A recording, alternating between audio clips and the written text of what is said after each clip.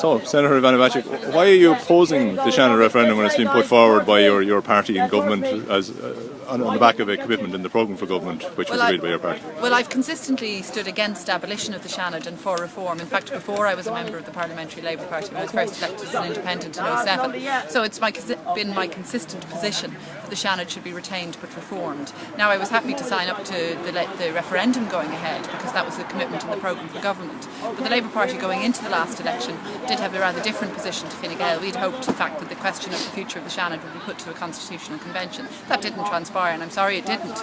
But given that we're facing into a referendum, I've taken a position, as I say, consistent with the position I've taken all along, which is in favour of retention.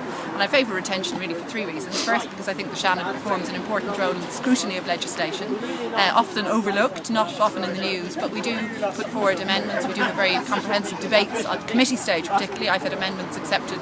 I've had private members' bills accepted by the government, and I think that shows the strength of the Seanad as a legislating chamber. Secondly, I think it's important to keep the second house there, albeit in a reformed fashion, because at the moment we have a highly centralised system of government as it is, with a great deal of power concentrated in the executive, which of course dominates the Dáil. I think you need a second house just to balance that, to provide for greater accountability. I think in systems that are unicameral, which are pointed to as examples, what we see in fact is a very much strengthened and empowered system of local or regional government, where local and regional authorities have powers, for example, to raise revenue and to decide policy on housing, on education, on transport.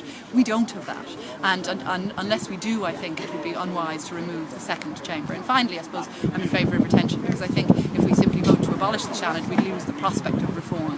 I would much prefer to see us try the prospect of reform, which can be done through legislation alone, rather than simply use the sledgehammer to crack the nut of the flaws in the Seanad by simply abolishing it. Do you want to add? Is this going to present difficulties for yourself as an active campaigning member of the Labour Party going against the party policy? Sorry.